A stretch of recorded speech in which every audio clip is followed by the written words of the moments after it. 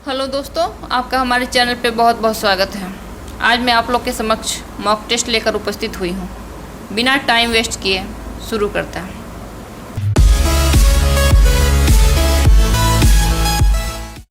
तो चलिए, हमारा पहला प्रश्न है, अखबार नवीसी कठिन तपस्या है और उसे सीखना पड़ता है। कशिश जी बोलते गए, बड़े बड़े लेखक तमाम उम्र सीखते रहे हैं। मिसाल के तौर पर तोल्स्टॉय को लीजिए।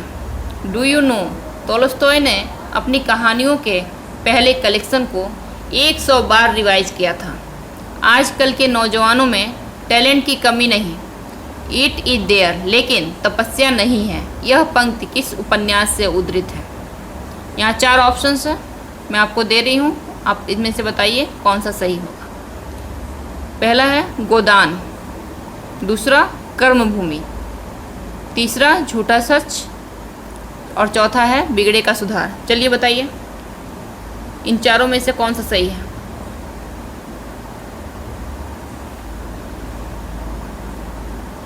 इसका सही ऑप्शन है झूठा सच। चलिए अगला देखते हैं। अगला प्रश्न है, इनमें से कौन निम्बार्क संप्रदाय के प्रमुख कवियों के अंतर्गत नहीं आते हैं? इनमें से कौन निम्बार्क संप्रदाय के प्रमुख कवियों के अंतर्गत नहीं आते हैं? पहला श्री भट्ट, दूसरा दामोदर दास, तीसरा है परशुराम और चौथा हरि व्यास देव। चलिए बताइए, प्रमुख कवियों के अंतर्गत नहीं आते हैं। आंसर क्या होगा?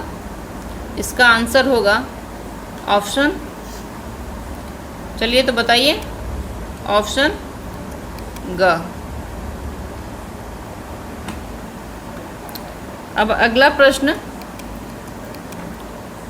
प्रश्न हम देखेंगे। अगला प्रश्न है, संस्कृत के 4 अध्याय, यह दिनकर की रचना है। संस्कृत के 4 अध्याय में दूसरे अध्याय का नाम क्या है? यहाँ 4 ऑप्शंस हैं, इनमें से बताइए दूसरे अध्याय का नाम क्या है? पहला प्राचीन हिंदुत्व से विरोध, या फिर भारतीय संस्कृति और यूरोप, हिंदू संस्कृति और इस्लाम, या भारतीय जनता की रचना और हिंदू संस्कृति का आविर्भाव। चलिए बताइए, इसमें से आंसर क्या होगा? इसका सही आंसर है ऑप्शन क। ऑप्शन क। अगला प्रश्न है, हिंदू कथा साहित्य में भले ही प्रेमचंद्र कथा सम्राट माने जाते हैं, हिंदू कथा साहित्य में भले ही प्रेमचंद्र कथा सम्राट माने जाते हैं, लेकिन उनके गोदान के टक्कर का कोई कालजयी उपन्यास ढूंढा जाएगा तो समीक्षक निश्चय ही मानस का हंस स्वीकार करेंगे। यह कथन किसके द्वारा कही गई है? यह कथन किसके द्वारा कही गई है? डॉक्टर योगेंद्र, या फिर आचार्य शुक्ल जी ने बोला है, या रामविलास शर्मा जी, या फिर नंदुलारे वाजपेयी। चलिए इसका सही आंसर क्या होगा बताइए? इसका सही आंसर है ऑप्शन क। ऑप्शन क। अगला प्रश्न देखेंगे।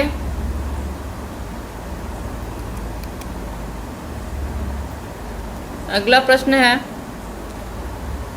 संस्कृत के चौर पंचाशिका के बंगला संस्करण का अनुवाद भारतेंदु जी ने किस नाम से किया था?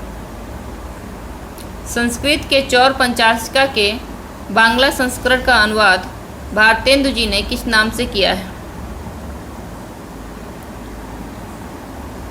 ऑप्शन यहाँ 4 दिए गए हैं। आपको बताना है इनमें से सही कौन सा होगा। चलिए बताइए। विद्या सुंदर, मुद्रा राक्षस, रत्नावली या फिर दुर्लभ बंधु, इनमें से कौन सा है?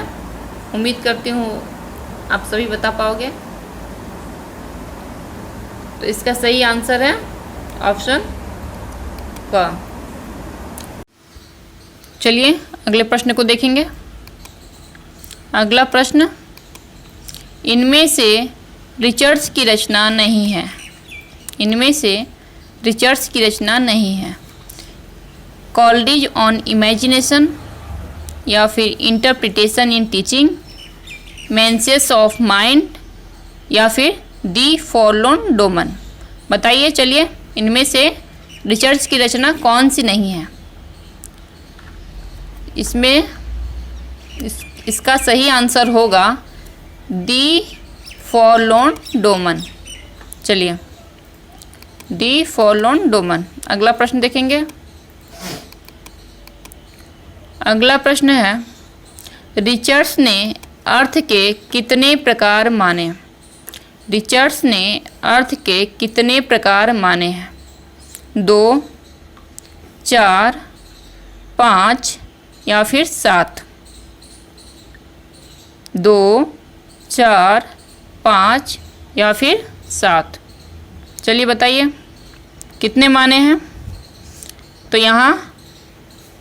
यहाँ रिचर्ड्स ने 4 अर्थ के प्रकार माने हैं। वो कौन कौन से हैं?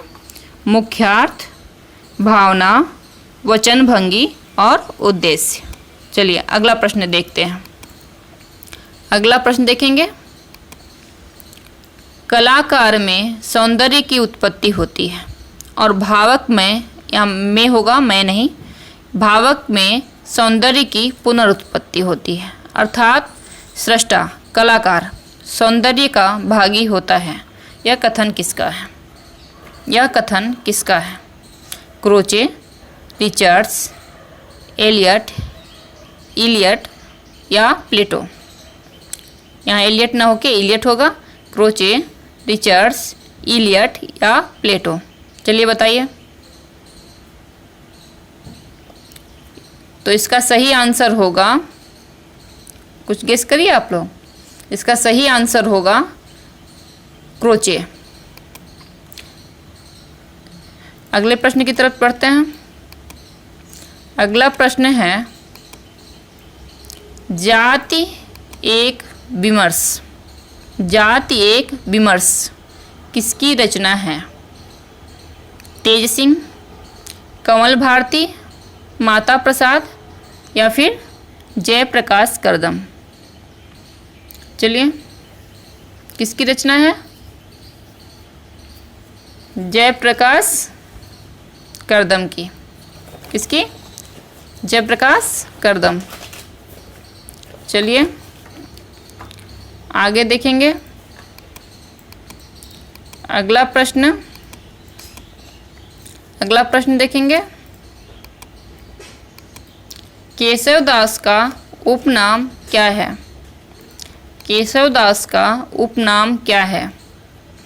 वेदांती मिश्र, अज्ञात, रसा या फिर प्रतीप? वेदांती मिश्र, अज्ञात, रसा या फिर प्रतीप? चलिए बताइए। इसका सही आंसर होगा वेदांती मिश्र। क्या होगा? वेदांती मिश्र। चलिए अगला देख लेते हैं। अगला जो प्रश्न है वह आप लोगों का होमवर्क है। केशवदास को कोर्ट का कवि किसने कहा? केशवदास को कोर्ट का कवि किसने कहा? ऑप्शन है शुक्ल जी, डॉक्टर हजारी प्रसाद द्विवेदी, डॉक्टर विजयपाल सिंह या फिर डॉक्टर राजकुमार वर्मा? अच्छा, आज के लिए इतना ही।